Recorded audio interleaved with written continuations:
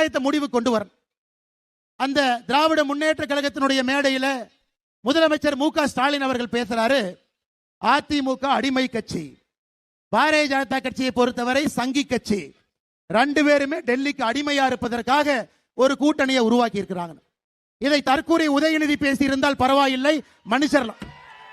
ஆனா தமிழகத்தினுடைய முதலமைச்சராக இருப்பவர் திராவிட முன்னேற்ற கழகம் ஆட்சியில் இருந்ததை விட அவர்களை விட அதிகமாக ஆட்சியில் இருந்தவர்கள் அனைத்து இந்திய அண்ணா திராவிட முன்னேற்ற கழகத்தினுடைய கட்சியும் அதனுடைய தலைவர்கள்.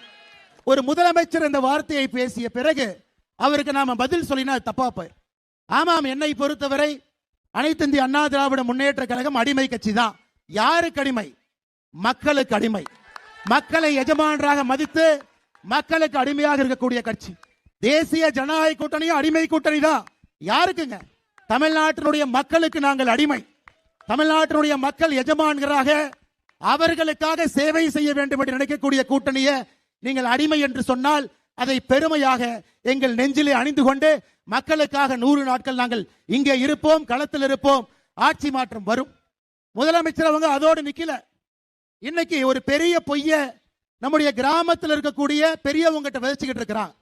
100 நாள் வேலை வாய்ப்பு திட்டத்தை பாரதிய ஜனதா கட்சியினுடைய ஆட்சி மத்தியில அதை நிறுத்த போறாங்க.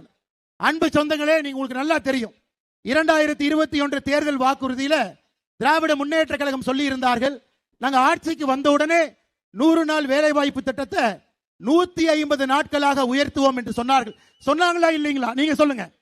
ஆட்சிக்கு வந்தா 100 நாள் வேலை வாய்ப்பு திட்டத்தை 150 நாட்களாக உயர்த்துவோம் என்று திராவிட முன்னேற்ற கழகம் சொன்னார்களா? இதுவரை எதையும் செய்யல, ஒரு துரும்பை கூட கிள்ளி போடல.